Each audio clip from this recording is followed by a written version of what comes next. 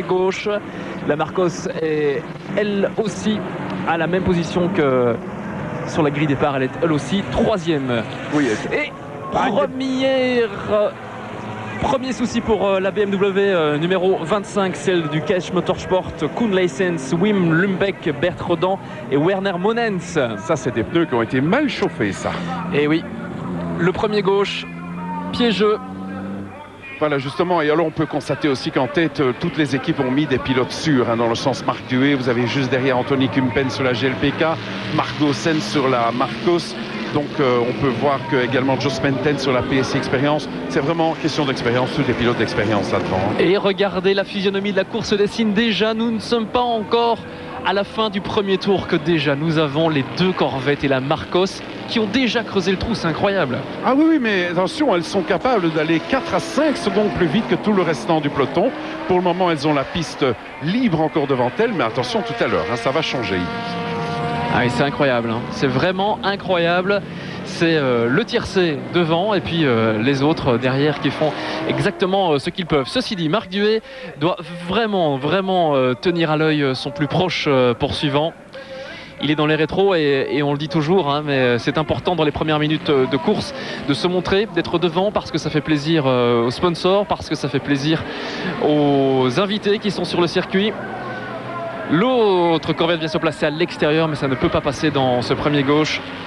Et Marc boucle ce premier tour des 24 heures de Zolder 2006 en tête. Mais attention, parce que derrière, du côté du GLPK, on veut absolument déjà se montrer aux avant-postes. Je suis déjà franchement étonné de voir Marc Goossens qui parvient à rester dans le sillage des deux Corvettes. Il nous fait vraiment un gros premier tour, Marc Goossens. Logiquement, maintenant, au fur et à mesure, la Marcos LM600 va perdre un petit peu de terrain. Vous êtes dans la course, plus près que ça, vous ne pouvez pas. Et ça y est, une Corvette en passe une autre. Ça se passera encore 1000 fois d'ici demain. Tout à fait, et c'est logique, Anthony Kumpen et GLPK. Par contre, regardez Marc Goossens. Et la Marcos passe également la Corvette de Marc Duet. Et ça, c'est un exploit dans le championnat, parce que généralement, les deux Corvettes ne laissent le soin à personne d'autre de prendre ces deux premières places. Alors ça, c'est étrange. Que va faire Marc ? Va-t-il tenter de se mêler à la bagarre et de récupérer déjà la deuxième puis la première place, ou bien va-t-il rester sage observateur ? A-t-il un souci ? On le saura dans quelques instants. En tout cas, ce sont ces trois hommes-là, ces trois voitures-là que l'on attendait dans cette première demi-heure de course. On n'est pas déçus. Ah non, franchement, la Marcos est occupée à nous faire une toute grosse surprise. Déjà qu'elle restait dans le sillage de deux Corvettes, c'était surprenant, mais alors là, en plus, elle se mêle elle fait la tranche de fromage entre les deux sandwichs, là, mais vraiment très beau début de course de Marc Goossens. Alors en plus, la Marcos est originale à plus d'un titre parce qu'on ne peut pas vraiment dire que ce soit une voiture récente de sa conception et pourtant, paradoxalement, elle est en plein développement. Exactement, c'est une voiture qui est effectivement de conception très ancienne. On a déjà vu plusieurs fois Corroser venir dans ce championnat du Media Group Van Eyck Belcar avec des Marcos LM600. Il y a déjà même 10-12 ans, il était déjà là. Mais en plus de ça, cette voiture-ci est toute nouvelle. Elle a été construite début 2006. Justement pour le championnat, avec certaines petites améliorations, du nouveau matériel. Et donc, effectivement, malgré sa conception très ancienne, eh bien, c'est une toute nouvelle voiture et qui est en plein développement. Et la voiture qui a signé la pole est déjà un peu larguée. Oui, tout à fait. Mais je crois que là, chez SRT, on va jouer la prudence, à mon avis. Et c'est une des bonnes tactiques. GLPK doit montrer qu'ils sont les rois du Limbourg. Ils sont devant, ils font cocorico là pour le moment. Et à mon avis, chez SRT, ils vont plutôt jouer la prudence. Et malheureusement, un premier souci, et il est pour cette voiture diesel, pour la voiture des filles. Oui, effectivement. Gabi Hullier qui connaît un problème. La voiture passe d'ailleurs ici dans la ligne droite au ralenti. C'est mauvais signe, ça. Oui, elle est très saute. C'est un souci de transmission de moteur probablement. Oui, c'est d'ailleurs la seule voiture du diesel du plateau. Et effectivement, elle est au ralenti. Donc, aïe. Dommage.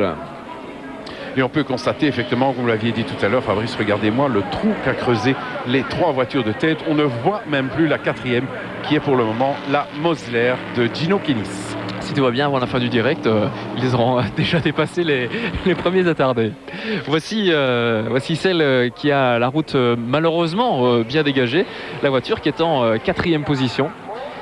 Et là aussi, on a un fameux pilote derrière qui va certainement revenir. C'est Jos Menten qui s'affirme de plus en plus comme un pilote d'un niveau très élevé. Joss Menten au volant de la Porsche PSI Experience qui est déjà en 5e position. Étonnante voiture, hein, la Mosler MT 900R. Très belle, look très original. Ah oui, elle nous fait un peu penser, rappelez-vous, à la McLaren qui à un moment donné était également une GT, un proto dissimulé en GT. Ouais. Et puis alors le bruit aussi de cette Mosler, hein, c'est le fameux V8. Donc imaginez-vous les good vibrations qu'on a ici sur le circuit de Zolder avec cette Mosler. C'est aussi cela que l'on vient chercher sur les circuits. Ce sont les sons mélodieux de ces moteurs-là. Et elle tourne seule hein, pour l'instant. Pas grand monde derrière, pas grand monde devant. Il y a juste Joss Menten, mais qui lui logiquement va devoir revenir sur cette voiture parce que Joss effectivement a intérêt à se placer derrière les 3 monstres que sont les 2 Corvettes et la Marcos et se mettre à l'affût et éventuellement profiter d'une avarie au niveau du temps ou profiter de quoi que ce soit et de l'autonomie aussi. Puisque rappelons que ces Corvettes vont quand même devoir s'arrêter toutes les heures et cette Porsche normalement a une autonomie 2 heures. Conor Waters c'est l'interview. Aankondigen dat we graag met ABS kunnen rijden. Op de Viper is dat niet aanwezig. Ils sont très contents de pouvoir rouler avec l'ABS sur la Viper, c'est pas possible. De Viper, daar had hij niet zo veel vertrouwen in precies. Ik heb ook iets laten vertellen dat de Viper te luid zou zijn. Alors on dit aussi que la Viper serait trop bruyante, ce qui est un vrai problème évidemment à Zolder. C'est une anecdote en plus, comme ils sont chanteurs, effectivement, ils ont besoin de leur oreille, disons que c'est un argument très important pour eux. Et dans la Viper, Chris Waters était sourd et ils avaient un concert le lendemain, donc il a eu des gros problèmes auditifs et c'est également un des problèmes pour lesquels ils n'ont pas roulé avec la Viper. Patrick, ze hebben er natuurlijk keihard moeten aan werken, de mannen hier van AD-Sport. Patrick heeft deze voormiddag de warm-up gereden en nu zou hij vlot, die draaide Ce n'est pas des Waters qui a fait le warm-up, c'est le 3e pilote. Et tout a l'air de bien se passer, de bien s'installer du côté de l'un des BV. Mais autant pilote que chanteur de ce championnat Belcar. Leur voiture à l'image, la Porsche numéro 8. Une biturbo pour le coup, on peut s'y perdre hein, dans les Porsche et les biturbos, les GT3R, les RS. Mais disons que là-dedans maintenant dans le cadre d'une course de 24 heures, dans le championnat d'habitude elles ont des turbos effectivement, mais ici pour les 24 heures de Zolder elles sont quasiment tous revenus au moteur Cup atmosphérique, donc ils ont moins de puissance mais ils auront certainement une autonomie plus grande en essence, ce qui sur 24 heures va être un avantage pour ces voitures. Et un tour dans la douleur pour la petite BMW série 1 qui va tenter de rallier le stand mais elle est encore loin. Oui mais apparemment c'est bien parti. Je crois qu'au ralenti, Gabi Hullier qui a une grande expérience du sport automobile va pouvoir ramener cette voiture à ses petits mécanos et vont pouvoir résoudre ce problème qui l'empêche pour le moment de tourner. Il y a un gros carton pour la Porsche numéro 22 de Pro Speed Competition, Christian Kelders, Pascal Grade, Jos Van Rooij, Patrick Poncelet. Et c'est une des voitures importantes puisque c'est quand même la 2e voiture du team de Rudy Penders. Et effectivement, grosse sortie, là, les dégâts sont importants. C'est sorti après la butte, là où l'on arrive en 5e pour une chicane en 2e ou en 3e. Et malheureusement, on peut constater que la vapeur qui sort de l'avant, c'est que le radiateur est touché. Donc rien que le fait de remettre le moteur en route va provoquer une surchauffe. Donc, cruel dilemme pour cette voiture. Voilà justement la voiture sœur. La voiture sœur, effectivement, la voiture de pointe, le fameux cochon rose. La voiture cochonne si vous voulez. Hein. Voilà, tout à fait. Comme vous voulez, Daniel. Voilà justement la voiture sœur qui, elle, se comporte très bien pour le moment. Hein. La 21, nous la voyons en 9e position. Mais malheureusement, la 22, la voiture sœur, effectivement, elle est mal embarquée dans ce mur. C'est vrai que c'est un freinage très lourd hein, à cet endroit-là. La piste est bosselée. L'arrière a tendance à se délester et il faut maintenir la voiture. Tant qu'il fait sec, ça va encore. Ah oui, tout à fait. On est justement dans cette fameuse zone où je parlais tout à l'heure, la zone boisée, où malgré tout une certaine humidité reste. Et comme on peut constater dehors, qu'il fait humide, il fait chaud mais humide. Donc on peut bien se dire qu'à certains endroits, la piste est malgré tout encore piégeuse à hauteur des bordures. Donc. Avec Rudy Penders, justement.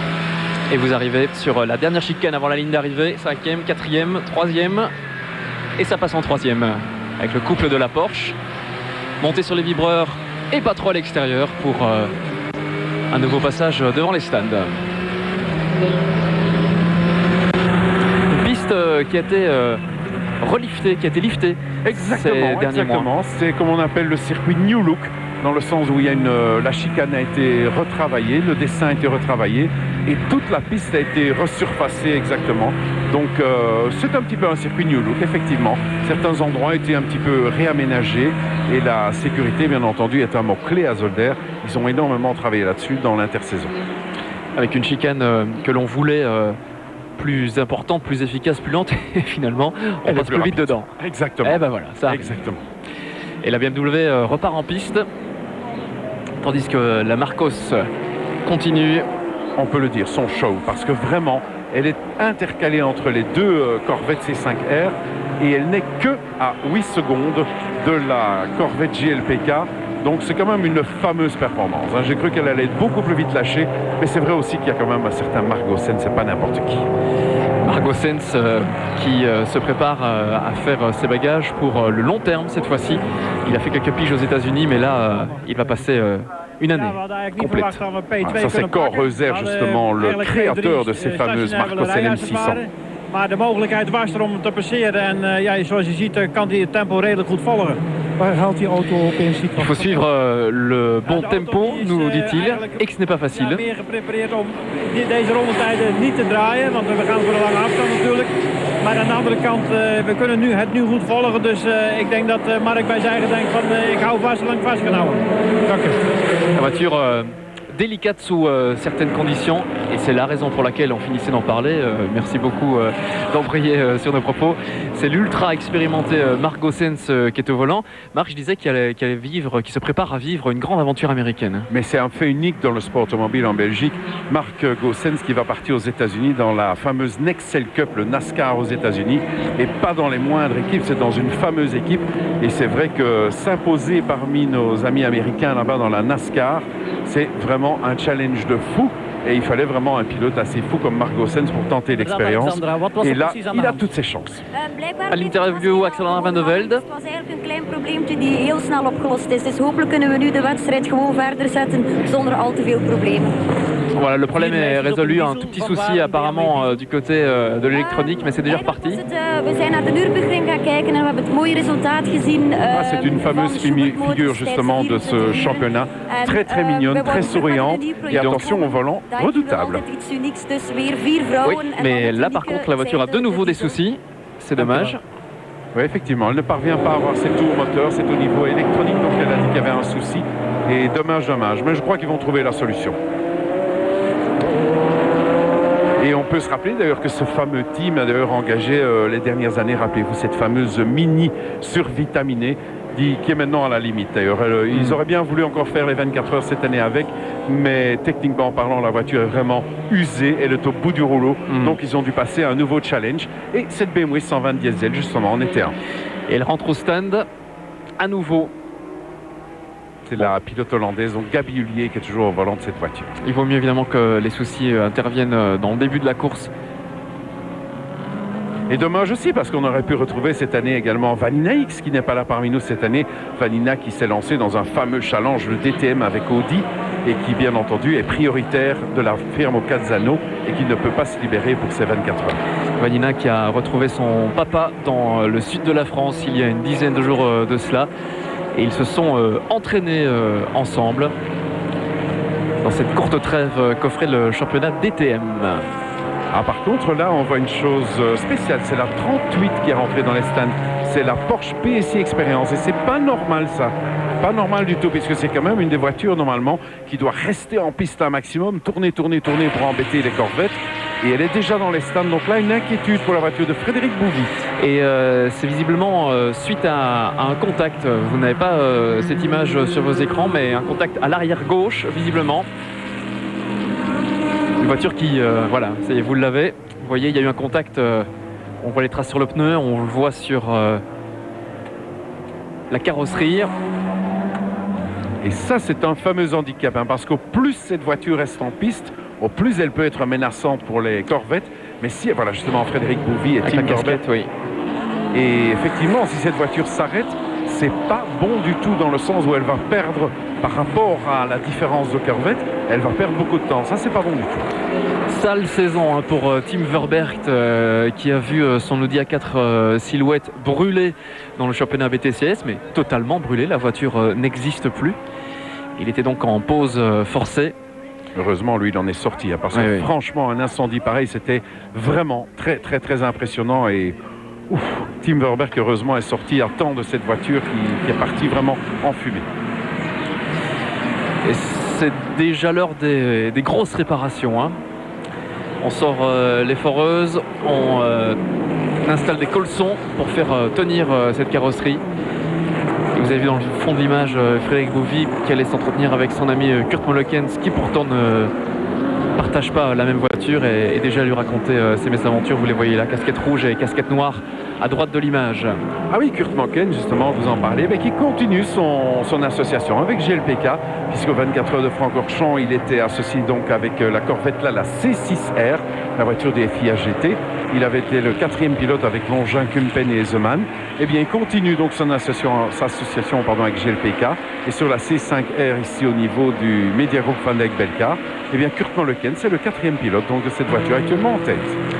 Particularité de ce championnat Belcar, des voitures qu'on ne voit pas beaucoup, comme par exemple celle-ci, la numéro 46, c'est l'Ultima GTR, notamment pilotée par Stéphane Verhoeven. Bel auto, original, belle histoire. Ah oui, et c'est en plus de ça une voiture qui est vendue à la limite à la pièce. Vous pouvez l'acheter montée, vous pouvez l'acheter en kit et vous montez vous-même la voiture. Vous avez différents adaptateurs pour le moteur, vous pouvez monter plusieurs moteurs différents là-dedans. Et celle-ci, c'est un moteur de BMW M3 en fait dans cette Ultima. Voiture bien sympa. Et évidemment, le prix est en fonction du montage de la voiture. Si vous l'achetez en kit, le prix est moins cher. Si vous l'achetez monté, c'est plus cher. Donc c'est vraiment un fameux challenge. Tim Verbergt à l'interview. Op het juiste moment was Wouters aan het terugkomen. Ik weet niet wie het er aan het stuur zat bij Wouters. En hij heeft blijkbaar een korte aanrijding gehad met de wagen van Wouters. Il aurait eu une touchette avec la Porsche des Wouters. Maar we zijn wel kostbare tijd aan het verliezen. Il essaie évidemment de perdre un minimum de temps. Inderdaad, het is hoofdzakelijk de carrosserie die half afgescheurd is en men is die nu terug aan het bevestigen. C'est la carrosserie qui est touchée. En tout cas, à première vue, mais on regarde derrière, vous voyez qu'on a ôté la roue. Oui, ça se prolonge. C'est vraiment, on peut déjà même dire à la limite, Fabrice, qu'ici au niveau de cette Porsche numéro 38, on peut même presque dire que la victoire se joue déjà maintenant pour eux. Et ça, c'est vraiment dommage. Vraiment dommage, surtout pour Tim. Pilote. Le but vraiment de cette voiture dans les 24 heures, c'est de rester un maximum en piste pour garder malgré tout une certaine pression sur les voitures de tête. Et là, c'est très très mauvais. Hein. C'est très très très mauvais. Ça se prolonge. Disons que si c'était vraiment uniquement un petit problème carrosserie, mais j'ai l'impression qu'on travaille également au niveau de la suspension. Donc, aïe aïe aïe. Nous revenons dans quelques secondes à peine sur ces 24 heures de Zolder. A tout de suite. Et nous allons encore passer 10 minutes ensemble sur ces 24 heures de Zolder pour vous retrouver, je vous l'annonce déjà demain, bien évidemment, pour l'arrivée de ces 24 heures. Voilà une voiture très en forme, voiture numéro 21, votre voiture préférée, Daniel de Scriver, qui n'hésite pas à jouer à saut de bordure, ce qui est assez rare au début d'une épreuve d'endurance. Hein. Mais voilà justement une nouvelle phrase. On a généralement ces sauts de mouton, ici c'est justement saut de cochon. Oui.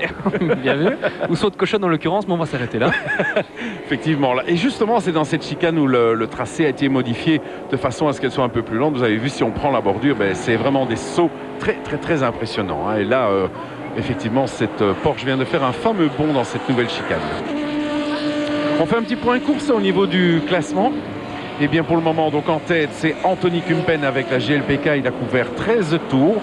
À 13 secondes, nous avons toujours ce magnifique Marco Sens avec cette Marcos, intercalé donc entre les deux Corvettes. Marc Duet est juste derrière lui à 8 secondes. Donc Marc, effectivement, joue la prudence, donc il reste 3e.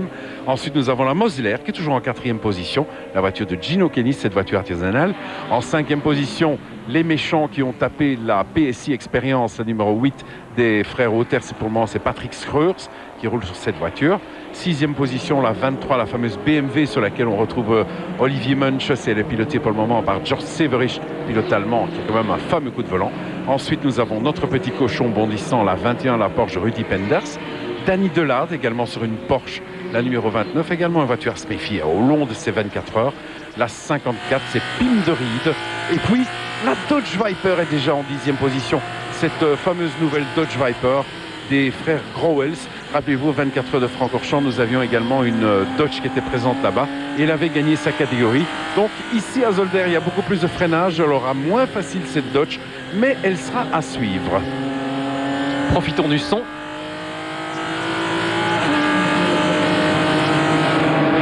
Un court instant. Et c'est ce moteur BMW justement, dans l'Ultima.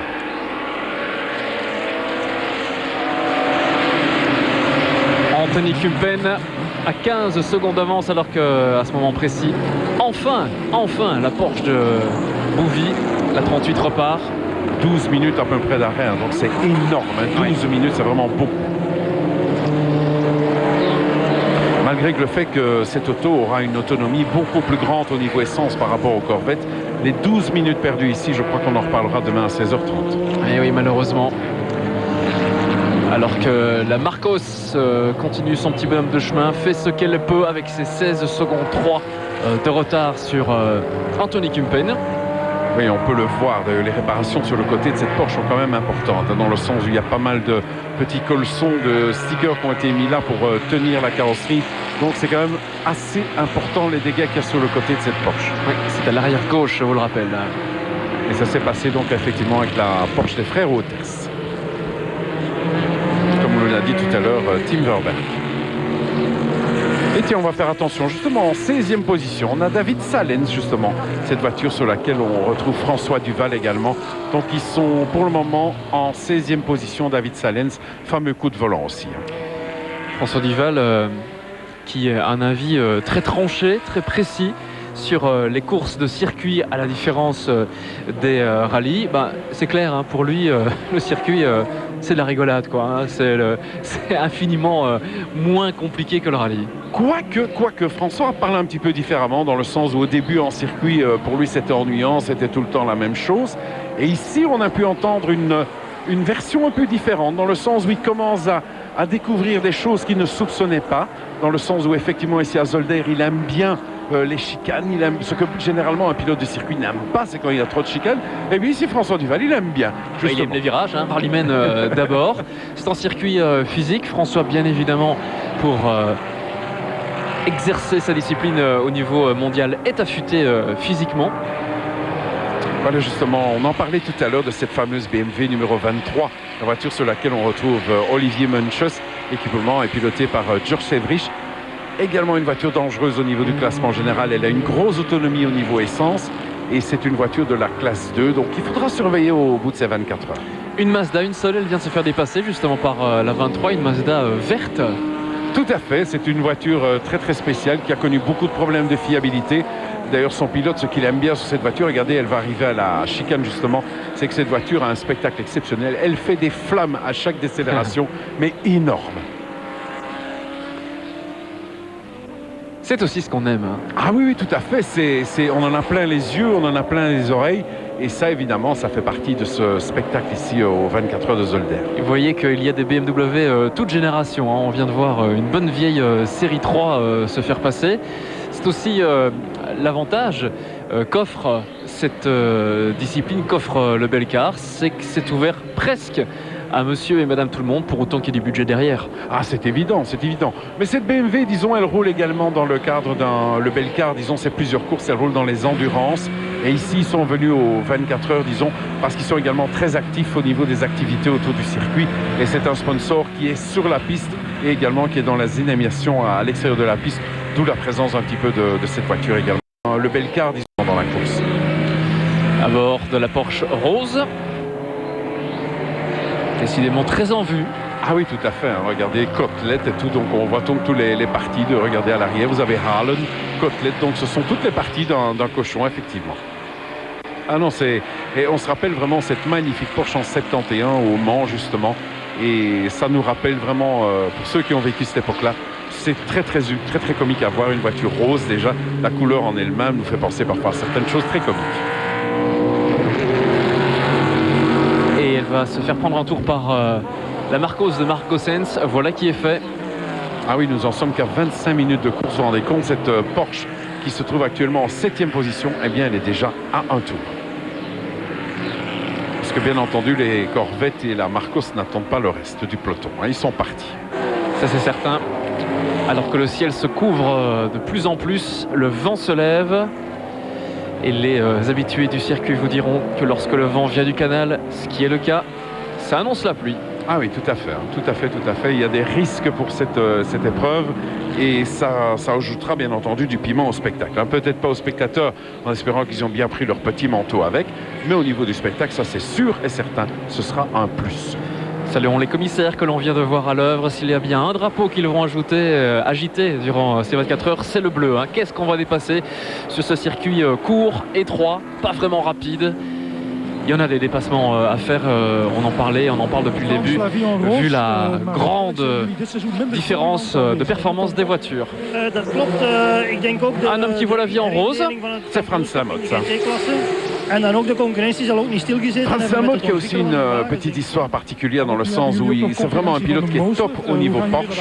Et puis à un moment donné, il est parti dans l'aventure de la Corvette avec SRT. Et là, il est sorti, mais un nombre de fois incalculable. Et il a lui-même reconnu, j'arrête la Corvette, c'est trop haut, pour moi le niveau est trop pro. Et il est revenu à la Porsche et avec succès d'ailleurs. Parce que là, vraiment, c'est son petit monde, quoi. En hoop je ook op regen? Dat mag, maar dat hoeft niet per se, want ik denk dat de Corvettes toch zo dominant zijn in de regen. Il pense que même si la pluie vient se glisser dans l'aventure, eh bien ils ne peuvent rien faire face aux Corvettes. Aveu étonnant. Donc d'après lui, les performances certes seraient nivelées sous la pluie, mais pas suffisamment pour que les Porsche puissent venir titiller les voitures de tête. Oui. Et pourtant, il sait de quoi il parle, effectivement, puisque lui, il a roulé avec Marc Gossen sur cette Corvette. Donc, effectivement, même en cas de pluie, la Corvette sera toujours normalement un ton au-dessus, mais le ton sera plus mineur que dans des conditions comme maintenant sèches. Le ton face au cochon, donc. Voilà, celle-là, elle est faite aussi. Alors, regardez justement la difficulté que, malgré que la Porsche laisse passer facilement ces Corvettes, donc en tournant même 10 à 12 secondes plus vite que certaines Porsche Super Cup. Donc effectivement, le trafic est très important. Elle a à peine passé une voiture que, regardez, il y en a déjà une autre qui se présente devant elle. Donc à chaque fois, c'est vraiment une attention continuelle. Et sur 4 km, je peux vous promettre que ça se passe très vite un tour. Les dépassements se multiplient sans arrêt. Et de toute façon, ça fait partie du jeu. Être un bon pilote, c'est aussi savoir gérer le trafic, tirer profit de ces chicanes mobiles. Et lorsqu'un pilote vous dit qu'il n'a pas réalisé une bonne course à cause des attardés, non, c'est malgré les attardés. Et c'est surtout à cause de la mauvaise gestion de ceux et celles d'ailleurs qui sont infiniment plus lents, mais qui font leur course. Effectivement, et vous savez de quoi vous parlez. On peut vous faire confiance à 100%. Vous avez vous-même été déjà plusieurs fois dans un habitacle. Et je peux le dire, moi qui étais en bord de piste, de très belle manière d'ailleurs, mon cher Fabrice. Et effectivement, là, c'est vrai que les attardés, comme on les appelle, effectivement, font leur course aussi, ils ont leur place et c'est un petit peu un mariage de toutes ces choses-là, des voitures rapides, moins rapides. Il faut savoir s'entendre et mettre un petit peu de l'eau dans son vin. Freddy Loax à l'interview. Rallyman en pige circuit. Je pense que c'est un des plus beaux événements qui existent ici à Zolder. C'est toujours extrêmement plaisant de venir tâter du circuit. Et puis rouler de nuit et pourquoi pas sous la pluie. C'est donc bien Rallyman qui vous parle.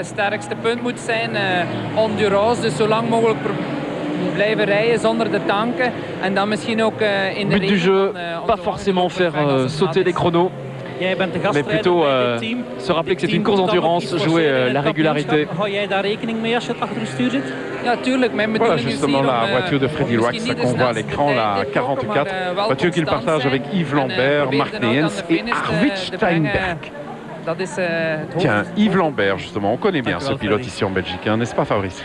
Lambert, Lefort, exact, les Starsky Hutch du sport automobile.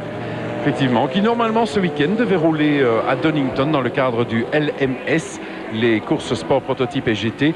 Et disons pour des problèmes de pneumatiques, disons les pneus étant malgré tout pas adaptés pour le moment à la voiture en LMS, eh bien ils ont préféré venir ici et Yves Lambert donc a sauté sur l'occasion pour monter au volant de cette Porsche avec Freddy Wax. Yves Lambert qui avait roulé plusieurs fois justement avec Marc Duet qui pour l'instant occupe la 3e position dans sa Corvette C5R SRT. Vous le voyez, hein, véritable défilé de Porsche. Ah oui, on a un bon paquet ici, effectivement. Hein. Ce sont des voitures, disons, fiables. Et c'est un bon achat pour le Media Group Van Dyke Belcar. Et on va d'ailleurs pouvoir en parler un petit peu aussi, effectivement, de ces deux championnats, le BTCS et le Belcar. Effectivement, de plus en plus, on s'y en approche. Et c'est une bonne chose. Le Belcar, le GT, le BTCS, le tourisme. Une fois pour toutes, je crois que ce serait la bonne solution.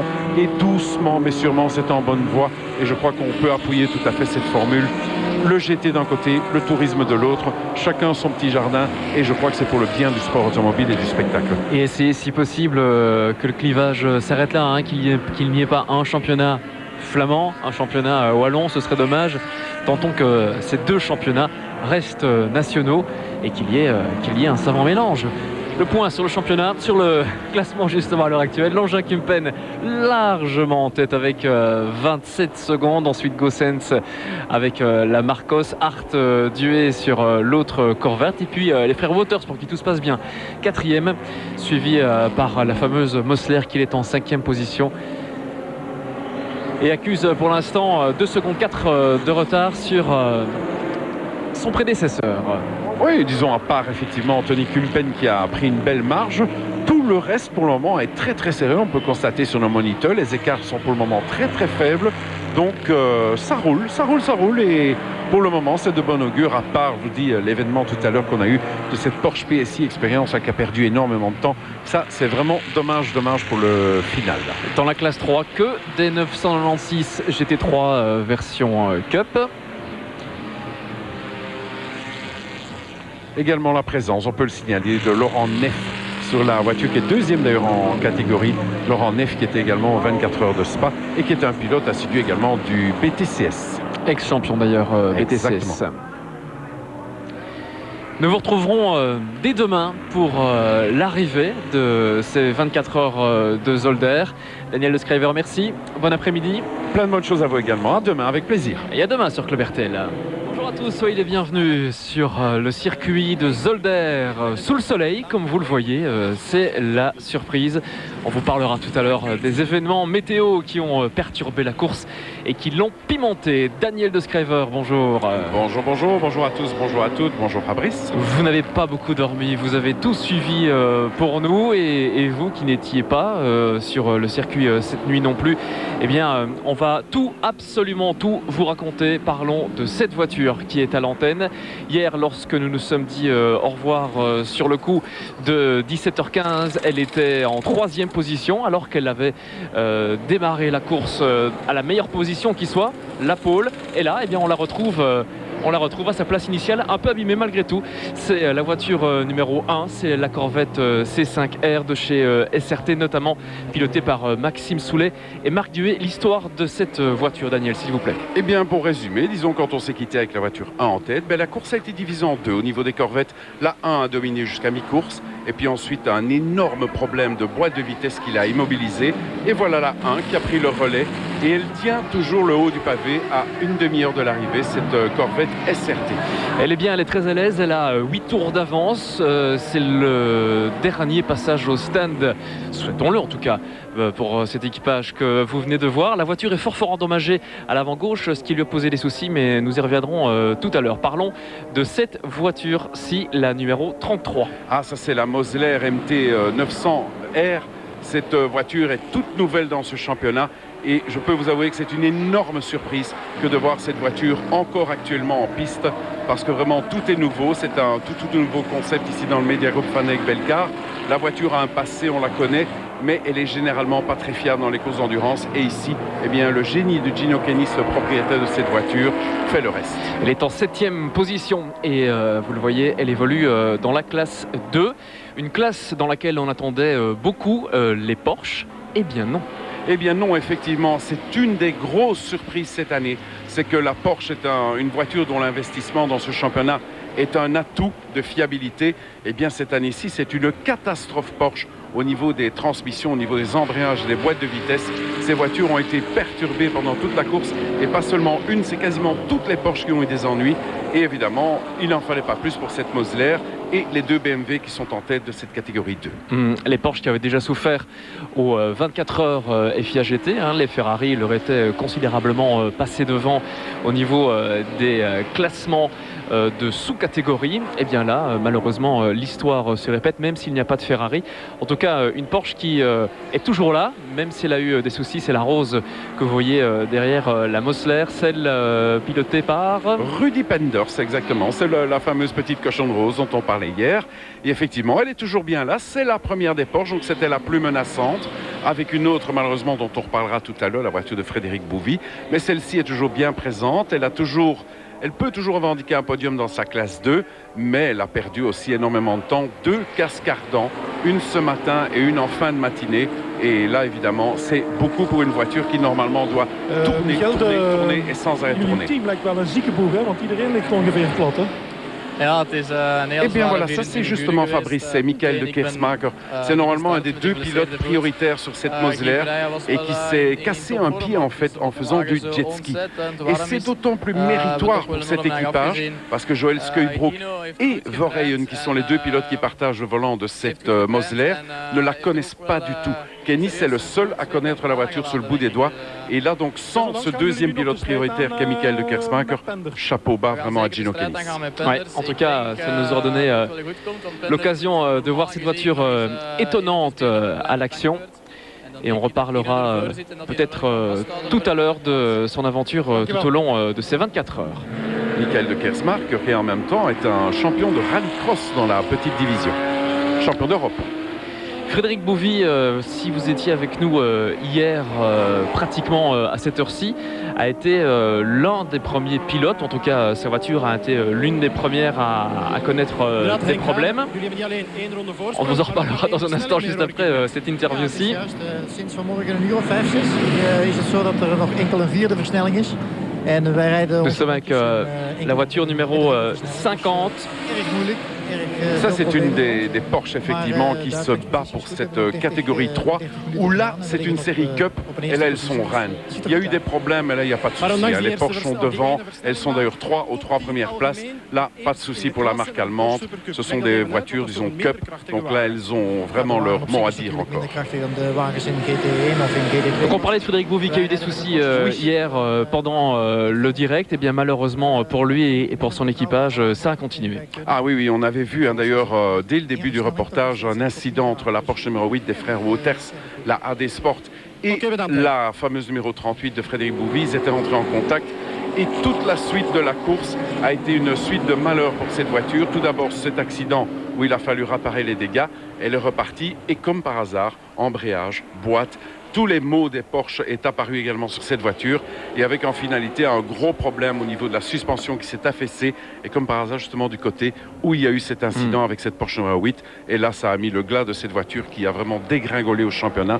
Au niveau du classement, elle est maintenant en 20e position et au niveau des tours de retard, elle doit en avoir plus d'une centaine, donc vraiment une voiture qui normalement doit être un maximum en piste pour être menaçante et ici elle a passé plus de temps dans la pit lane qu'autre chose. Ouais, très rude pour les nerfs. Ils ont eu plusieurs raisons d'y croire. Ils sont sans cesse joués au yo-yo dans le classement, mais cette fois, vous le disiez, c'en est définitivement terminé.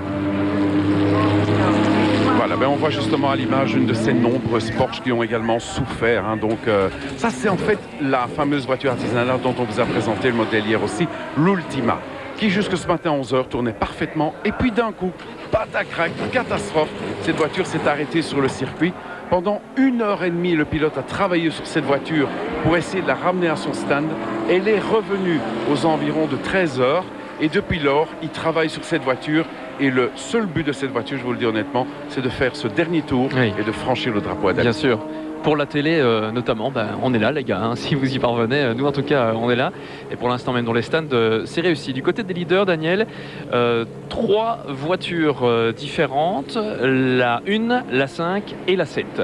Exactement, donc il y a les 2 Corvette C5R, la GLPK et la SRT, et alors là au milieu, elle a aussi fait le yo-yo, vous employez le mot justement, c'est cette Marcos qui normalement durant toute la première moitié du championnat, les 4 premières épreuves étaient derrière, et ici elle s'est baladée entre ces 2 Corvettes, elle s'est battue, elle est même à un moment donné, elle a pris la tête très très brièvement pendant une période de ravitaillement, et je vous dis, elle est vraiment restée entre ces 2 Corvettes, et sans arrêt elle a été menaçante pour la première, et également elle distançait la troisième.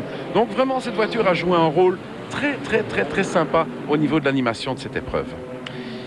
Et pas de surprise hein, au niveau du classement général à exactement 22 minutes du terme de ces 24 heures de Zolder, puisque ce sont les Corvettes et la Marcos qui sont ultra dominatrices et du côté des écarts, alors que là c'est la sortie de route qu'il ne faut pas faire hein, dans les tout derniers tours, ça c'est dommage. Ça fait un peu tâche dans le programme effectivement, c'est la voiture d'une famille en fait, c'est la famille Thiers avec Guy Van Mol. C'est vraiment 3 frères, disons, qui sont unis sur cette voiture.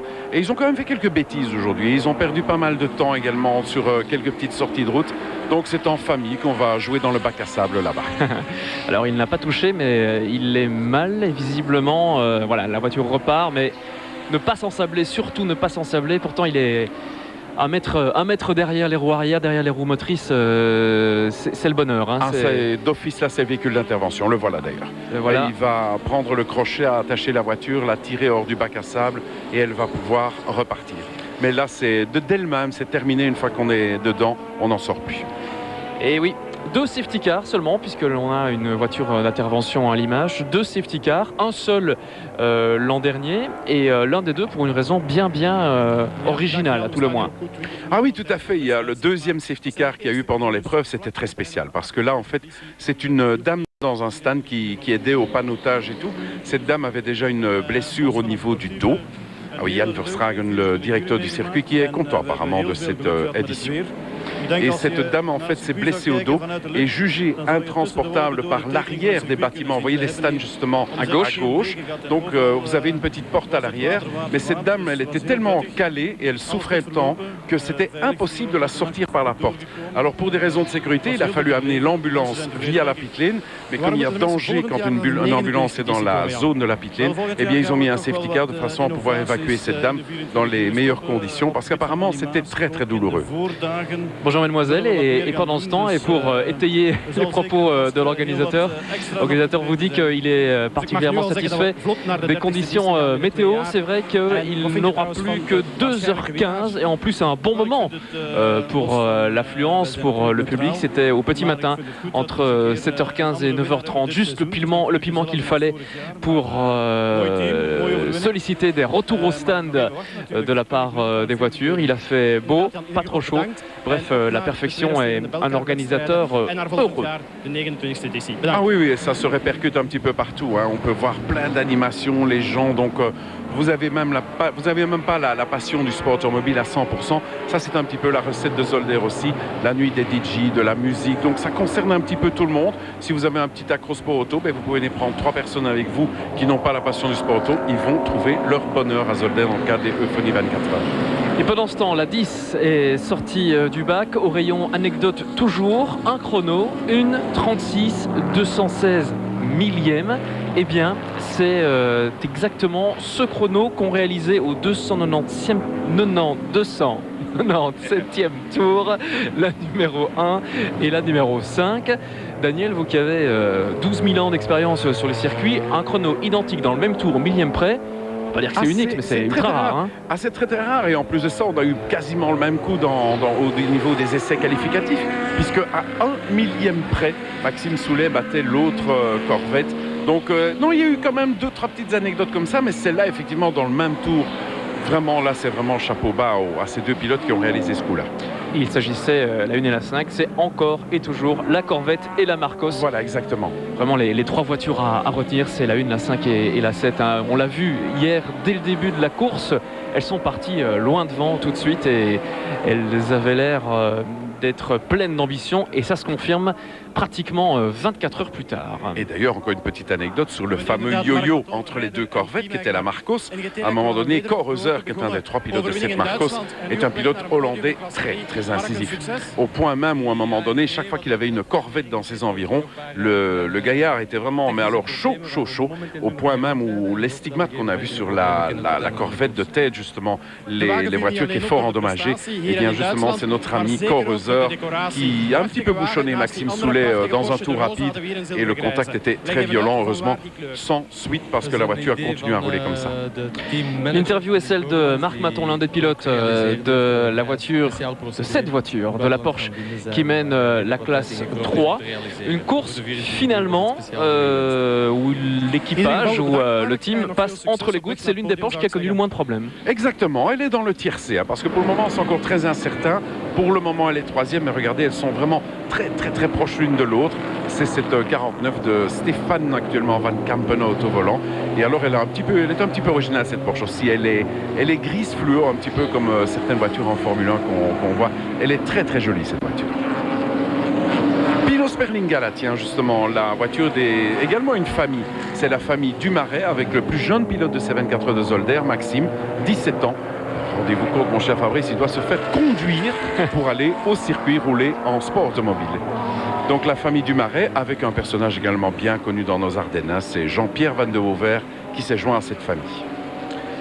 Jean-Pierre qui roule tant et plus et qui est définitivement vraiment ultra comparable à Marc Duet, c'est-à-dire que peu importe si les années passent, si le temps passe, ils sont toujours là, tant en rallye qu'en circuit, toujours devant, toujours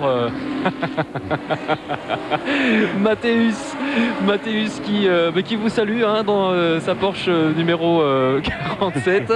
Il attend simplement le dernier tour, les 2 derniers tours pour remonter en piste. Oui, c'est une voiture qui a 2 heures de cela a connu un gros problème. Tiens, comme par hasard au niveau transmission. Et c'est une voiture où on a un de nos compatriotes là-dessus, Laurent Neff, qu'on connaît bien, un ancien champion du BDCS, on nous a parlé hier.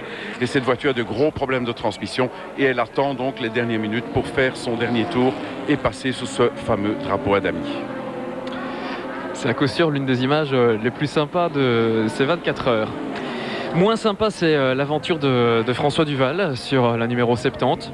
Ah oui, là effectivement, déjà hier, disons, la voiture était partie dans des conditions un peu incertaines, dans le sens où il y avait eu tellement de travail pendant les essais que pour finir au niveau de l'alimentation, ils n'étaient pas plus sûrs que ça sur la consommation de la voiture. Ils avaient tellement transformé qu'ils n'avaient plus aucun repère sur la consommation.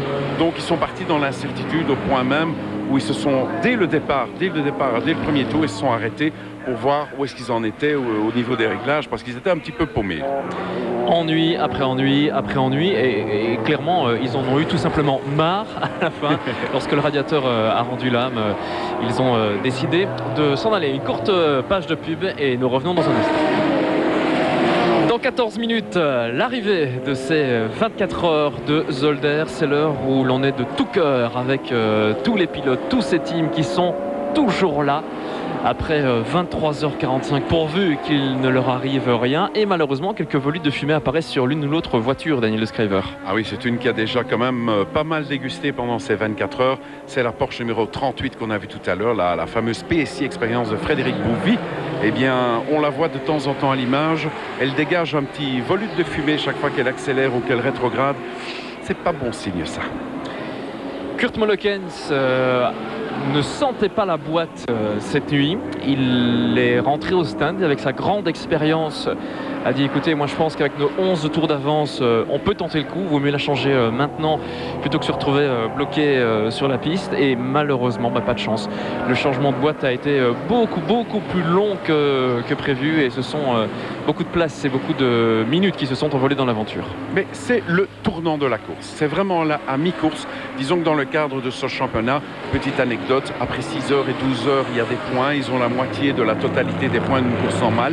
Donc on a joué les 6 heures, les 12 heures, et après les 12 heures, comme deux fois cette Corvette GLPK avait remporté les 6 heures et les 12 heures, donc elle avait déjà l'équivalent des points d'une manche normale. Donc à partir de là, ils se sont dit, on peut le faire, on a franchi en tête les 12 heures. Et voilà justement cette Corvette GLPK. Aux 12 heures, Kurt Molleken s'est rentré, on a examiné la boîte et on a décidé de changer parce qu'on avait déjà emmagasiné pas mal de points dans l'aventure. Danny Van Dongen au volant de cette très très belle Marcos, qui pour l'instant rend 8 tours à la Corvette de tête, pilotée pour l'instant aussi par David Hart, et qui a 5 tours d'avance sur la numéro 7 d'Anthony Kumpen. Bref, là il ne faut plus rien espérer, il faut juste gérer et lever le pied autant que possible pour rallier l'arrivée. Ah oui, et ça n'a l'air de rien, hein, parce que cette Marcos, vraiment, normalement, sa place dans ce championnat, c'est la 3e place. Et ici, elle perturbe tout. Voilà justement Marc Goossens, le pilote qui a gagné l'édition 2005 et qui est passé sur cette Marcos maintenant. Ik weet niet wat andere mensen gedacht hadden, maar wij hebben sinds het begin van het seizoen eigenlijk nooit problemen gehad. N'ont jamais eu de problème depuis le début de la saison. Betrouwbaar geweest vanaf de eerste dag eigenlijk. Dus depuis le premier jour par ailleurs. Het blijft een uithoudingsrace en je moet aan het einde komen. Maar wij hebben ons nooit de vraag gesteld. Alors c'est sûr, c'est une voiture qui n'est pas toute jeune, mais qui visiblement selon les évolutions qui sont réalisées dessus tient toujours le coup et toujours dans le rythme. Hebben jullie er ooit aan gedacht om de eerste plaats ook aan te vallen? Nee, ik denk dat we realistisch moeten blijven. We waren gisteren. Il ne s'attendait pas à être entre les deux Corvettes. Competitief genoeg om die Corvette van SRT even te pakken te nemen in het begin van de wedstrijd. Maar voor de rest moeten wij gewoon. Et à noter aussi dans cette voiture, Fabrice, 70 degrés, donc rendez-vous messieurs dames, 70 degrés, donc effectivement c'est un véritable sauna.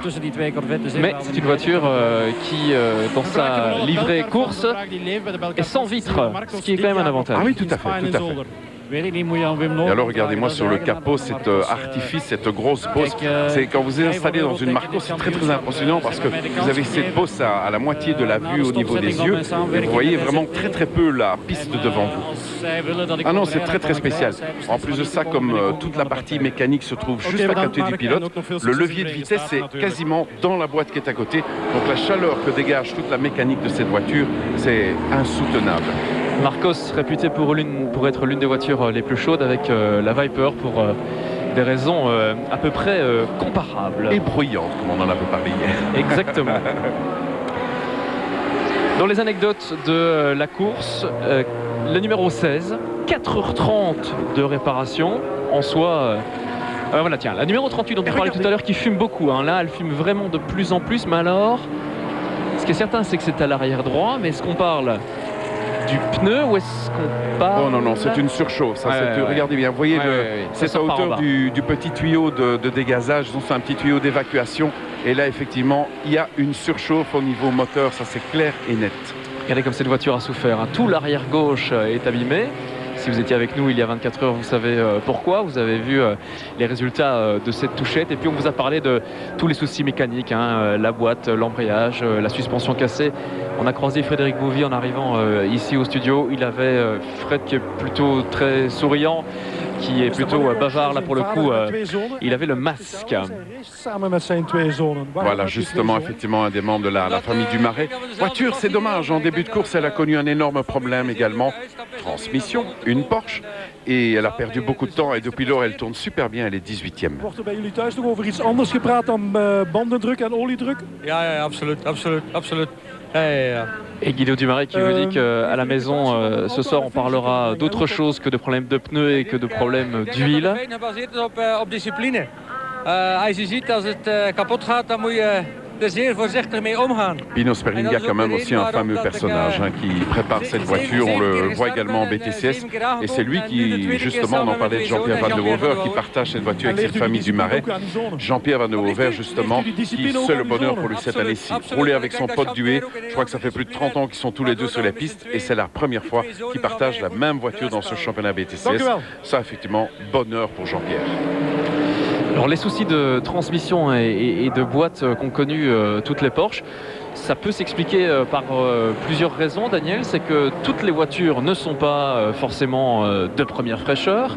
Ensuite, il y a beaucoup de pilotes amateurs, et je sais de quoi je parle, je ne suis pas en train de les critiquer.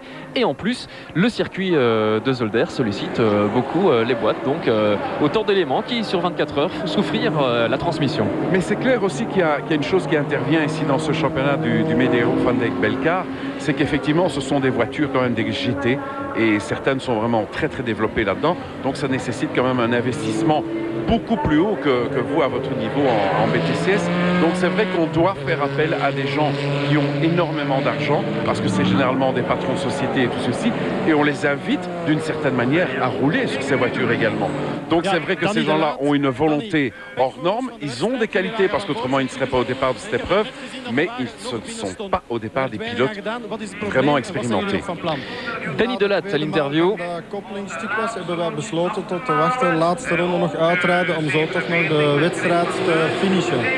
Qui lui aussi va attendre la fin de course pour boucler cette aventure des 24 heures. Eh bien oui, justement, la Danny Delatte, c'est ces deux voitures-là, elles sont identiques. L'une a le côté jaune et bleu et l'autre c'est inversé, le jaune et de l'autre côté. Et là, effectivement, on a changé un embrayage. Encore une fois, le même problème. Et à 1 heure de l'arrivée, qu'est-il arrivé à votre avis? Problème d'embrayage. Eh oui. Donc vraiment une hécatombe au niveau des transmissions. Et si la boîte peut supporter un peu de rouler sans embrayage, certainement pas sur du moyen long terme. Et regardez comme cette voiture, ne serait-ce qu'en carrosserie, a souffert. Ah oui, de toute façon, Zolder, c'est un circuit de 4 km, donc effectivement, il y a 4 chicanes. Et effectivement, avec autant de voitures en piste, donc effectivement, là, c'est mission impossible pour passer sans une égratignure. Il reste 5 minutes de course, très précisément, et c'est probablement cette voiture qui va emporter les 24 heures de Zolder. On parlait justement des gratinures, là c'est flagrant. On peut voir effectivement ce contact qu'il y avait eu avec cette Marcos de Coreuser, mais ça n'a pas perturbé la voiture. On a eu Maxime Soulet d'ailleurs une réflexion justement. Ils ont pendant la nuit effectivement pu constater qu'il y a un phare en moins. Donc il y a une rampe centrale et il y a le phare de droite qui fonctionne. Et dans certains endroits effectivement le fait que le phare gauche manquait pendant la nuit a posé quelques problèmes, mais ça va. Ça a été dans l'ensemble, l'équipage a compensé ce petit manque d'éclairage sur la gauche. Puis c'est bien, ça fait du bien au moral puisque cette voiture a abandonné quasiment tout de suite aux 24 heures de Francorchamps et semble en tout cas là se diriger vers la victoire aux 24 heures de Zolder. C'est bon pour le moral, c'est bon pour le moral de l'équipe, des mécanos, des pilotes invités, pour tout le monde. Oui, tout à fait. Regardez les deux personnages qu'on voyait tout à l'heure justement à l'image. Eh bien, ce sont les deux patrons des Corvettes justement, Patrick Seleslac et Paul Kumpen, le papa de Anthony. Deux anciens parmi les anciens. Au rayon toujours des anecdotes amusantes, la voiture numéro 33 est rentrée à son stand à un moment cette nuit et eh bien elle a dû y rester pendant 3 tours, tout simplement parce que les mécanos n'étaient pas là. C'est le genre d'histoire qu'on aime beaucoup. Tout à fait. Disons que la pompe à essence, il n'y a pas d'essence dans les stands. Donc juste avant l'entrée de la pit lane, il y a 4 pompes, comme à la limite sur l'autoroute, dans un self-service. Et disons que les concurrents doivent se ranger à hauteur des pompes. Mais si les mécanos ne sont pas présents parce qu'ils ont une petite cage d'attente où ils doivent attendre leur voiture là-dedans, eh bien s'ils ne sont pas présents, le pilote il est là, il attend que ces mécanos viennent. Et effectivement, cette voiture 33 s'est présentée à son arrêt ravitaillement essence et personne. Donc il a dû attendre un très très long moment avant que ces mécanos arrivent en courant dans la pit lane pour venir faire le plein de la voiture. Ça rappelle d'autres histoires dont je vous parlerai juste après cette interview. Derde met 1 wagen en dit jaar 2 wagens in de top 10. Wat verkies je zelf? Ah oui, c'est un des pilotes des BMW KS Motorsport, Koen Leysens. 2 BM dans le top 10. Ah oui, et les BM justement qui quand même flanquent une petite giflée, voilà justement toutes les deux, la 24 et la 25, et c'est une course et quand même pas l'autre. Vous vous souvenez au niveau du BTCS, au niveau des 12 heures, ces deux voitures ont connu mais une multitude d'ennuis, et là dans le cadre du championnat, elles sont favorites, et ces deux voitures ont été dans les profondeurs du classement, et ici, dans le cadre de ce Belcar, eh bien regardez-moi, elles sont actuellement en 5e position, et la 25, la deuxième du team, et 8e, tous les deux dans le top 10, c'est vraiment un résultat magnifique. Alors dans le style, ce sont les dernières minutes et je lève le pied. Le meilleur tour de la voiture numéro 1 est de 1:31.8. Et là, bien, c'est 6 secondes de moins, 7 secondes de moins pour la Marcos, 7 secondes moins vite pour Anthony Kumpen, 12 secondes moins vite pour la voiture numéro 23, la BMW, justement GTR V8.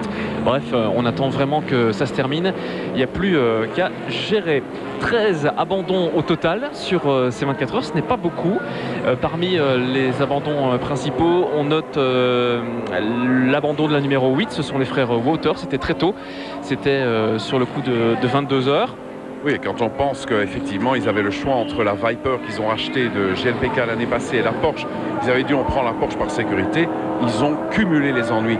Aux essais, problème d'embrayage, à la fin des essais qualificatifs, un très très gros accident au niveau du canal. La voiture était fort endommagée, elle est rentrée en carrosserie, elle est revenue samedi matin ici pour les warm-up, puis le départ de la course, et dès le début, j'allais presque dire comme d'habitude pour ce week-end, problème d'embrayage pour cette Porsche, et ils ont renoncé très très tôt en début de soirée.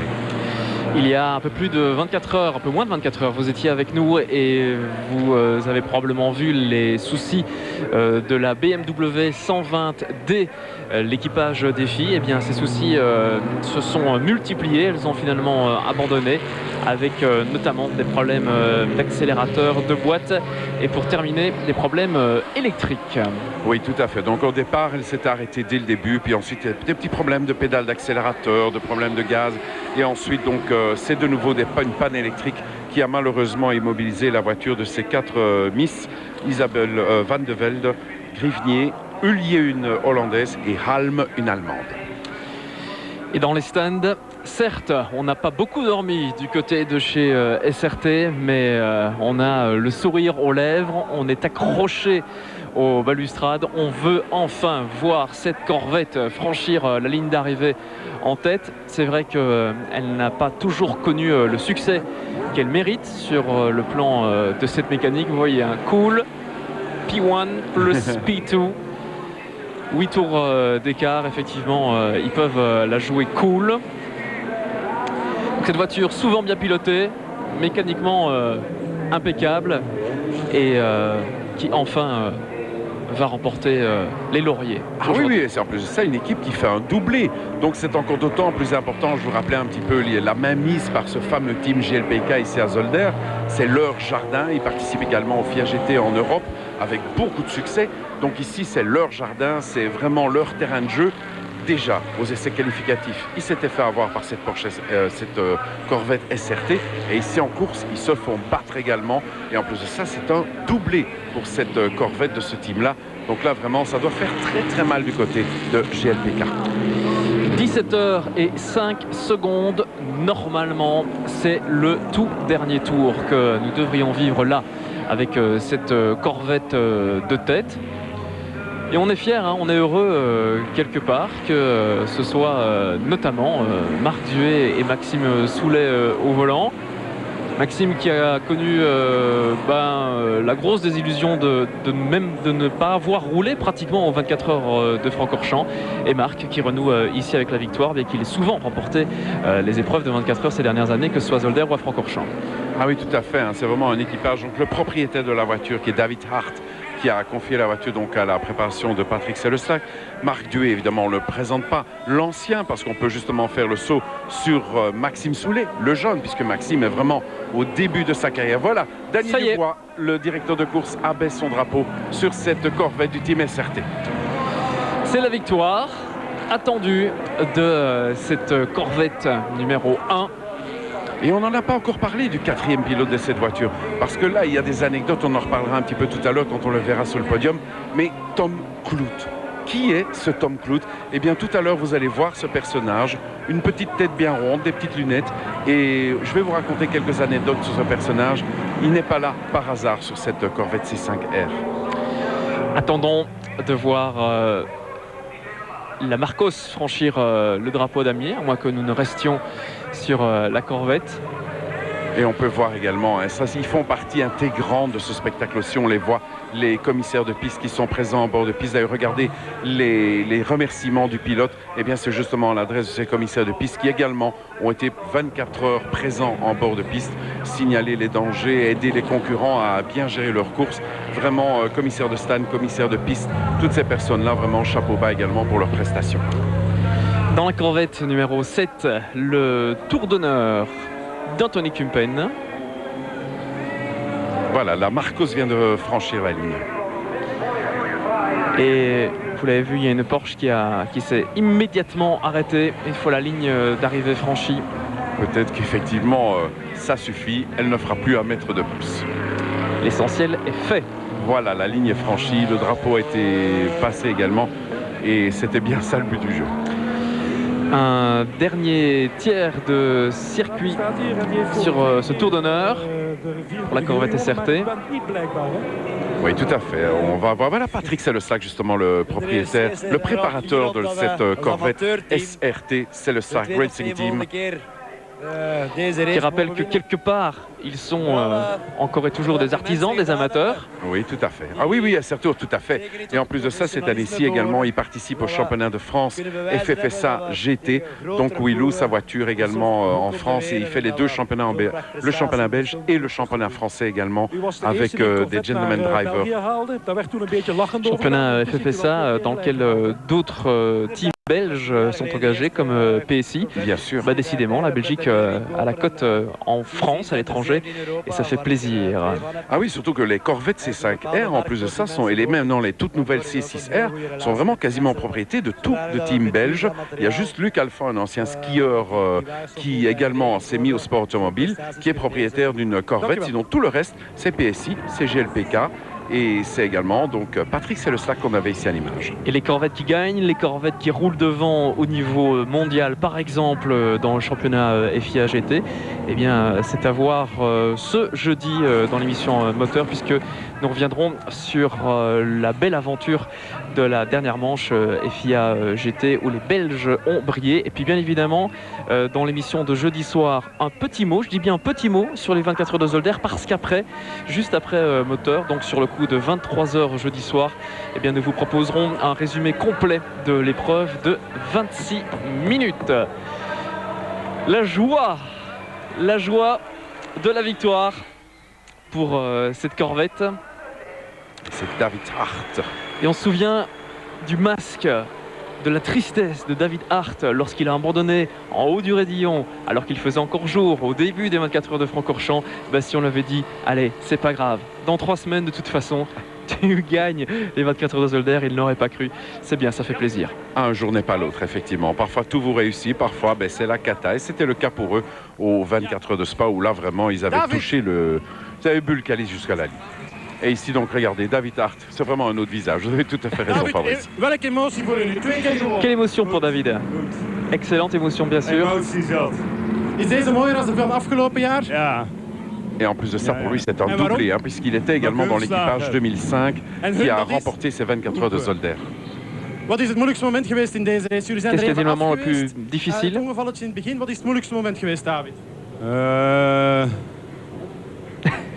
Oui, il cherche. Il cherche. Geen moeilijke moment. Il n'y en a pas eu. Jullie hebben dus een perfecte race achter de rug. Nou ja, ik vind van wel, ja. La course parfaite. Goed, wat heel lastig C'est vrai ging qu'une was, victoire, parfois, efface pas mal de petites choses qui auraient pu se passer. Et... Non, pas très bavard, David Hart. Oké, bedankt. David, plein d'émotions. En veel succes nog. Bravo à David Hart. Le temps pour toutes les voitures de venir s'installer là devant la tribune principale, pour les pilotes de rejoindre leur team et le podium pour certains.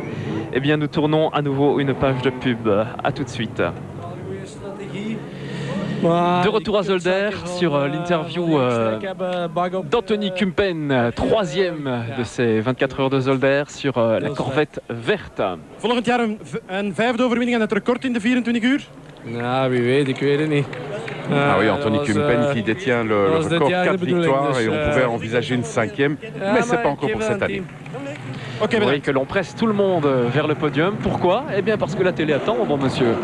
Ça nous arrange effectivement d'avoir tout le monde sur le podium. Et en direct, s'il vous plaît, la voilà, la voiture d'Anthony Kumpen. Ah oui, la Meat Green Machine comme ils l'ont appelé effectivement. Également une voiture qu'on appelle un peu Kermit, donc vu sa couleur. Ouais, en FIA GT, ils choisissent le jaune canari et en Belcar, le vert pomme, fluo. Ah oui, tout à fait. Et en plus de ça, elle est aux couleurs d'une émission sportive sur une chaîne concurrente néerlandophone. Les 3 voitures qui ont le plus brillé sur cette épreuve, qui sont là, exposées devant la tribune principale. Et justement, je vais vous le dire maintenant, je crois qu'il y en a pas mal qui doivent en profiter du petit moment de silence parce que ces V8 américains, c'est quelque chose de magique. Je peux vous l'entendre pendant 24 heures. Quand on essaye à un moment donné de s'endormir, qu'on entend toutes ces BMW, ces Porsche, elles ont un bruit très métallique, bien connu. Mais quand ces trois-là passent, je peux vous dire, ah, c'est celle-là. Ah, c'est vraiment audible, c'est magnifique à entendre. Un bruit rond, un bruit mélodieux. Des voitures qui roulent beaucoup sur le couple, qui n'ont pas besoin de taper haut dans les tours. Voilà justement Maxime Soulet, le petit jeune de l'équipe, effectivement. Tout le monde s'installe. Danny Van Dongen, également un très très jeune espoir hollandais au niveau des voitures de tourisme et de GT. Très très gros espoir et qui doit certainement cette année-ci en apprendre beaucoup en compagnie de Marc Goossens. Corroseur qui est là en rouge et vert et c'est juste devant nous. C'est en fait un peu le concepteur de ces Marcos. Bert Longin, très habitué aux 24 heures de Zolder. Et Maxime Soulet vraiment très très heureux d'ailleurs, hein, qui remercie toute son équipe, qui est vraiment heureux, qui est comblé parce que pour lui effectivement au niveau du début de sa carrière, il a déjà remporté le championnat des Renault 1.6, il a remporté le mini challenge à l'époque et maintenant ici c'est 24 heures de Zolder parce qu'en plus ça monter sur cette Corvette pour Maxime Soulet, certains ont dit c'est peut-être un peu trop tôt, il y a encore deux, trois petites marches avant à franchir.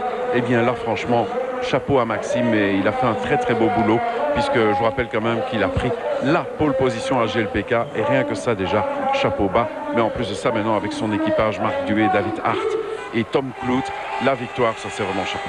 Voilà, regardez Marc Duet heureux comme tout. Dieu sait s'il en a déjà franchi des premières marches, et bien il est toujours aussi souriant et toujours aussi disponible. Et Kurt Molokens, que vous ne voyez pas, le petit Kurt que vous voyez sur la plus petite marche du podium, eh bien les 24 heures ne voulaient pas de Francorchamps ne voulaient pas lui sourire, les 24 heures de Zolder non plus. Ce n'est pas la plus haute marche du podium, c'est la troisième, c'est déjà bien. Et regardez justement, c'est un personnage aussi, on pourra en parler d'ici quelques instants, Tom Kloot. Regardez, Marc Duet est très connu, Maxime Soulet va être très très connu, David Hart ici dans le cadre du Belka, mais Tom Kloot, qui est ce Tom Kloot? Là c'est vraiment quelqu'un de très spécial. Ce garçon, disons, a un palmarès assez étonnant. C'est un passionné de 24 heures, Fabrice. Vraiment archi passionné, il les a toutes faites. Les 24 heures du Nürburgring, les 24 heures de Zolder, les 24 heures de Spa, les 24 heures du Mans sur une GT cette année. Et alors en plus de ça, son rêve suprême, eh bien, c'est de faire les 24 heures Daytona. Et il est en il a 2-3 contacts pour le moment avec des teams. Et probablement que ça sera donc en 2007 pour Tom Kloot. Et un autre petit rêve secret, c'est de refaire le Mans, mais en prototype. Donc personnage qui, on le voit en BTCS au volant d'une Yaris, on le voit ici aux 24 heures de Zolder sur une Corvette SRT, il gagne. Ce garçon a exactement la même attitude, c'est vraiment un passionné.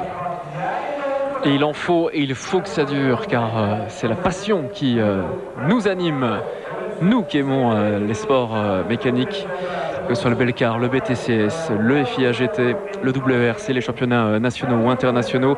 C'est la passion d'abord, c'est l'émotion, vous le disiez, d'un moteur, c'est la joie d'un pilote, c'est le côté artisanal, ultra passionné par tout ce qui y a un moteur et 4 roues qui nous animent. Voilà, et effectivement, on ne le voit pas dans les 4 là, effectivement, c'est tout des géants à côté de Kurt Molokens qui est juste derrière. Mais Kurt nous a fait quand même cette nuit un fameux relais où il tournait dans les temps des qualifications. Donc petit bonhomme par la taille, mais grand par le talent. Kurt qui fait toujours des piges, lorsqu'il vient faire une pige sur une course, c'est toujours bien vu, il fait toujours péter un chrono. On l'a vu notamment aux 12 heures BTCS. Ah oui, également présent là. Il est effectivement dans tous les coups. Et ici également 24 heures, là où il a cumulé quand même un week-end assez exceptionnel aux 24 heures FIA GT, où il était patron d'une écurie en Formule Renault 3.5 et il était pilote pour GLPK. Donc un fameux week-end qu'il avait réalisé, la Kurt. On vient de voir furtivement dans le coin inférieur gauche de l'image Jean-Pierre Van de Hoer venu saluer son ami Marc sur le podium. Est-ce que ça s'appelle encore amitié entre eux? Je crois que ce mot-là n'a plus de sens envers ces deux-là. C'est beaucoup plus haut que ça. On pourra en faire un feuilleton, hein, Jean-Pierre et Marc. Ah oui, tout à fait. Ah oui, tout à fait. Ce serait mignon, tiens, effectivement. Jacques-Marc Duet a chanté. C'est peut-être chez vous l'un des rares 45 tours. Ça s'appelait les Vents du Ténéré de mémoire. Tout à fait. On pourra aussi les appeler les tic et tac du dessin animé.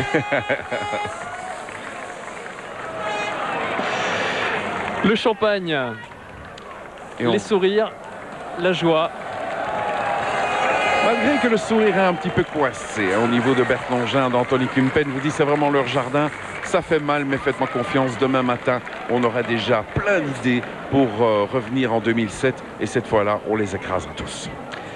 Et au championnat, évidemment, la toute bonne opération, c'est pour la Corvette qui l'emporte. Hein. C'est pour SRT. Ah, bien sûr. Remporter les points après 24 heures et avoir bien marqué à la 6e et à la 12e heure. Mais voilà, vous avez là le classement, non pas du championnat, mais le classement final de cette course avec 7 tours d'avance. La victoire de la C5R sur la Marcos. Ce qui est surprenant, si regardez bien, 828 tours pour le vainqueur, malgré les 2 safety cars. L'année passée, il y avait eu un safety car, 799 tours avaient été nécessaires pour remporter l'épreuve. Et cette année-ci, malgré les 2 safety cars, donc vous avez vu, 828 tours, c'est énorme. Donc c'est que le rythme a été vraiment très élevé pendant ces 24 heures de cette 28e édition des Euphonies 24 heures de Zolder. Ce qui peut expliquer que certaines mécaniques étant souffert sur le plan de la transmission.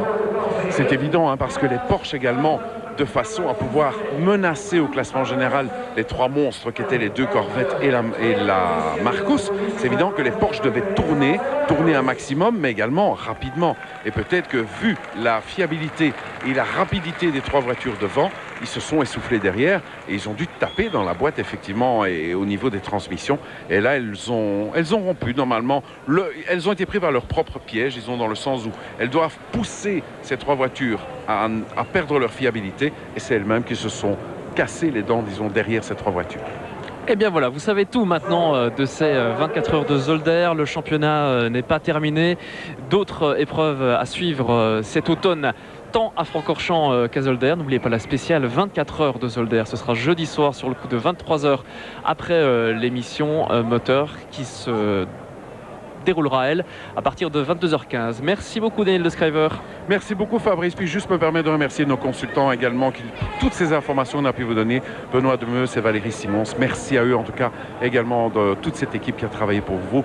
Merci également à Claude Pertiel. Au revoir. Zolder Circuit presents the Zolder 24 Hours Race. Turns your night into day.